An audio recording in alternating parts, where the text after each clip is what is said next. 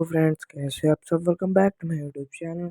सो guys यार, पिछले बार मतलब हीट एंड टेम्परेचर से जस्ट पहले वाला वीडियो जो हमने यूनिट एंड डायमेंशन के ऊपर बात किया था, उस टाइम हम लोग गए थे कैरेक्टर्स ऑफ यूनिट्स पे। ठीक है, यूनिट के ऊपर हमने जस्ट थोड़ा सा डिस्कशन किया था। ठीक है, यूनिट्स स्टार्ट करके हमने बस उसके ऊपर थोड़ा सा डिस्कशन किया था कैरेक्टर्स ऑफ यूनिट्स तक। ठीक है। सो तो जिन लोगों ने वीडियो देखा उन्हें आइडिया लग गया होगा। आज हम लोग उसमें पिछली बार जो हमने यूनिट एंड डायमेंशन का वो जो क्लास लिया था, उसमें बस हमने कैरेक्टर्स पढ़े थे, यूनिट के क्या क्या गुण होते हैं, क्या क्या बेनिफिट्स होते हैं, क्या नुकसान होता है, वगैरह वगैरह। आज हम लोग पढ़ेंगे types of units. Okay, so generally units are classified into two types: fundamental units, derived units। दोस्तों, यदि आपको मालूम हो, यूनिट एंड डायमेंशन में मैंने आपको बोला था फंडामेंटल यूनिट क्या है, डिराइव्ड यूनिट क्या है। वैसे वहाँ पे हमने डिस्कशन किया था फंडामेंटल फिजिकल क्वांटिटी क्या है, डिराइव्ड फिजिकल क्वांटिटी क्या है। यूनिट एंड डायमेंशन में फर्स्ट से लेकर लास्ट तक आपको केवल फंडामेंटल और डिराइव्ड फिजिकल क्वांटिटी पढ़ने को मिलेगा। ओके, अच्छा, यहाँ पे फंडामेंटल यूनिट्स पे अगर बात करें, the units which are expressed independently are called fundamental units. दोस्तों, यहाँ पे ये लाइन काफ़ी सिंपल है, लेकिन the units which are expressed independently. दोस्तों, फंडामेंटल फिजिकल क्वांटिटी का डेफिनेशन जो था, यहाँ पे फंडामेंटल यूनिट्स का भी डेफिनेशन वो है। अच्छा, यदि आपको याद हो तो मैंने बताया था उसी वीडियो में, यूनिट एंड डायमेंशन में, जो फंडामेंटल यूनिट्स वाला, याद करो वो थंबनेल, उसी में मैंने आपको बताया था कि फंडामेंटल फिजिकल क्वांटिटी क्या है। ठीक है, तो मैं यहाँ पे एक और बार रिपीट कर रहा हूँ। Fundamental physical quantity, the units which are expressed independently. मतलब कुछ ऐसे यूनिट्स होते हैं, यानी कि कुछ ऐसे टाइप्स होते हैं। ठीक है, फिजिकल फिजिकल क्वांटिटी का मतलब क्या समझते हो, पहले मुझे ये बताओ। फिजिकल क्वांटिटी का मतलब क्या समझते हो? The quantities by which the laws of physics can be expressed and can be measured directly और इनडायरेक्टली। ठीक है, फिजिक्स के जितने भी नियम है ना, जितने मतलब टोटल आज तक जितने नियम डिस्कवर हुए वो नहीं, बल्कि कुछ नियम ऐसे हैं जिनको कि आप डायरेक्टली, मतलब यदि मैं एक पर्टिकुलर, यदि मैं सपोज बोलूँ मास। ठीक है, मास, तो यहाँ पे मास यदि मैं आपको बोलूँ तो उसका एक सीधा साधा सिंपल सिंबल है ये। यदि मैं आपको लेंथ बोलूँ, लेंथ का एक सीधा साधा सिंबल है ये, है कि नहीं? मतलब यदि मैं आपको कोई सा भी एक क्वांटिटी, ठीक है, मतलब उसको एक मेज़र करने का जो तरीका होता है ना दोस्तों, वो जो क्वांटिटी, यदि मैं उस क्वांटिटी को, यदि मैं आपको बोलता हूँ तो डायरेक्टली आपको उसका सिंबल याद आता है। समझ रहे हो? जैसे कि मास या लेंथ। ठीक है, ये सब जो क्वांटिटीज़ हैं, ठीक है, मास यानी कितना, वो उसका वेट कितना है, लेंथ। दोस्तों, कई लोग होते हैं जैसे मास और वेट के ऊपर थोड़ा कंफ्यूज हो जाते हैं। वेट और मास के बीच में थोड़ा सा डिफरेंस है। लोग सोचते हैं कि मास मास और वेट मतलब एक होता है। बस फिजिक्स में वेट को मास बोला जाता है। कुछ क्वेश्चंस में आप लोग देखोगे वेट भी लिखा होगा। तो वेट और मास में डिफरेंस क्या होता है? वेट मतलब दोस्त आपका एक ओरिजिनल, आपका एक पर्टिकुलर वेट। ठीक है, मेरा सपोज मेरा वेट है 64 kg। ध्यान से समझो, वेट और मास के बीच में डिफरेंस क्या है। सपोज मेरा वेट है 64 kg।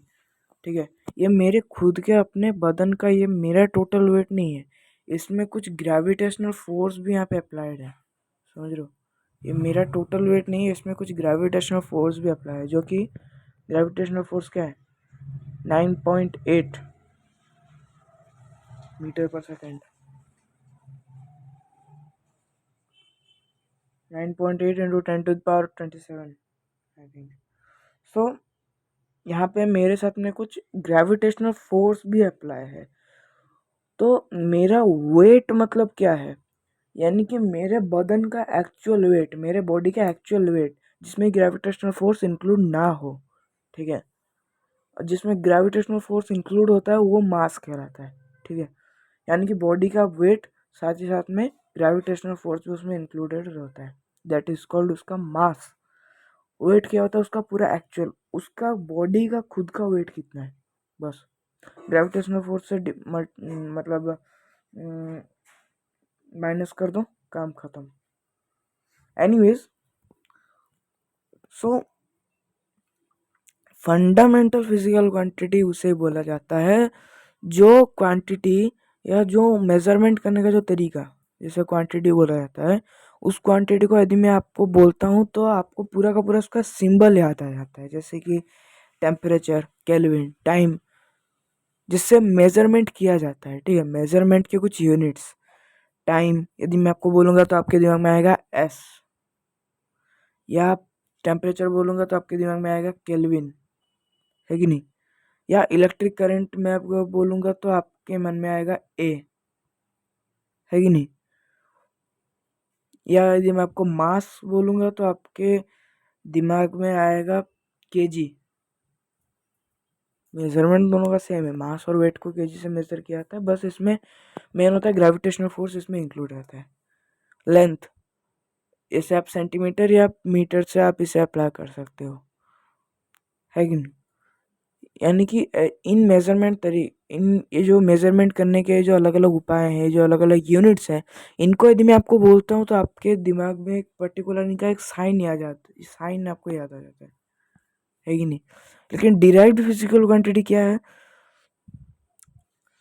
कुछ ऐसे क्वांटिटी जिसको यदि मैं आपको बताता हूँ, कुछ मतलब मेजरमेंट करने का, ये भी मेजरमेंट करने का ही तरीका है। फिजिकल क्वांटिटी मतलब मेजर करने का तरीका। फंडामेंटल क्या है, यदि मैं आपको वो मेजरमेंट, यानी कि वो मेजरमेंट यूनिट्स यदि मैं आपको बताता हूँ तो आपको डायरेक्ट उसका इसका सिंबल याद आ जाता है कि नहीं। डिराइव्ड फिजिकल क्वांटिटी में क्या होता है कि आपको उसका सिंबल नहीं, उसका फॉर्मूला याद, उसका फॉर्मूला आपको मतलब मालूम है। जैसे कि एरिया, एरिया भी मेजरमेंट करने का तरीका है, ज़मीन नापने का तरीका है एरिया, कितना स्क्वायर फुट। तो एरिया का अपना एक फॉर्मूला है, लेंथ इंटू ब्रेथ, ठीक है। एरिया का अपना एक फॉर्मूला है कि लेंथ इंटू ब्रेथ, या जैसे स्पीड डिस्टेंस अपॉन टाइम, या वेलोसिटी डिस्प्लेसमेंट अपॉन टाइम, समझ लो।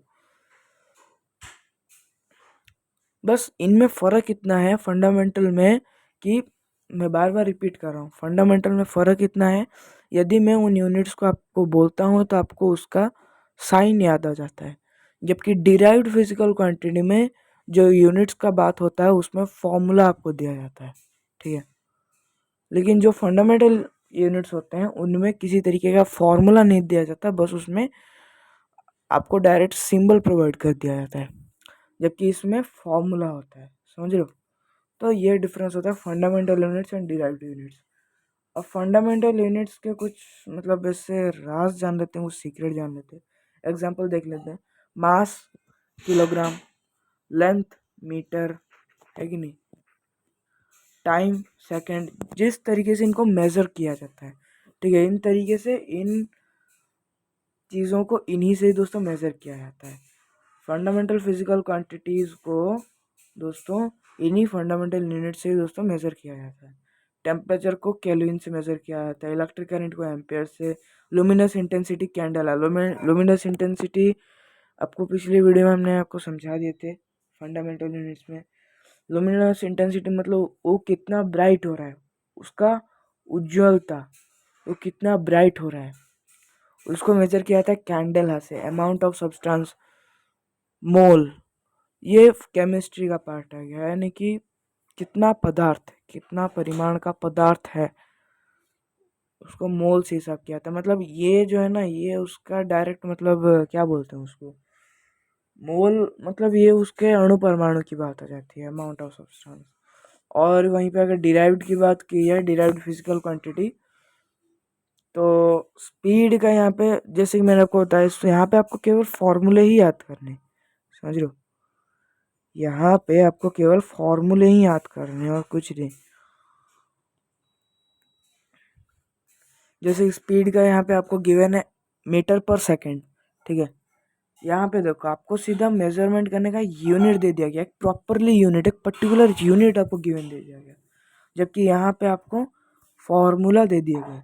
स्पीड का है मीटर पर सेकंड, या आप लोग इसे ऐसे भी लिख सकते हो MS इनवर्स, इनवर्स मतलब -1, ठीक है, MS⁻⁻1, ठीक है, मीटर MS इनवर्स। वेलोसिटी का भी वही है। हाँ वैसे एक और बात, लोग स्पीड और वेलोसिटी में भी कंफ्यूजन होता है। What is speed and what is velocity? Speed मतलब घर से पर्टिकुलर डायरेक्शन में आप हैं, मतलब, एंड वेलोसिटी मतलब घूम घूम के आए। स्पीड मतलब डायरेक्टली पर्टिकुलर डायरेक्शन, कुछ किधर भी मुड़ना नहीं है। वेलोसिटी मतलब घूम घूम के आओ, ठीक है। सो मोमेंटम जो है वो है kg/ms इनवर्स, इनवर्स पढ़ा जाता है इसको, ये है। बाकी सिस्टम ऑफ यूनिट्स इन 4 तरीके से इन्हें मेजर किया जाता है, CGS, MKS, FPS, SI। CGS का फुल फॉर्म होता है सेंटीमीटर ग्राम सेकेंड, मतलब काफ़ी स्मॉल यूनिट से इनको मेजर किया जाता है। बेसिकली इन तीनों का मेजरमेंट होता है। एंड MKS सिस्टम वही मीटर kg सेकेंड, ये थोड़ा सा उससे बड़ा है।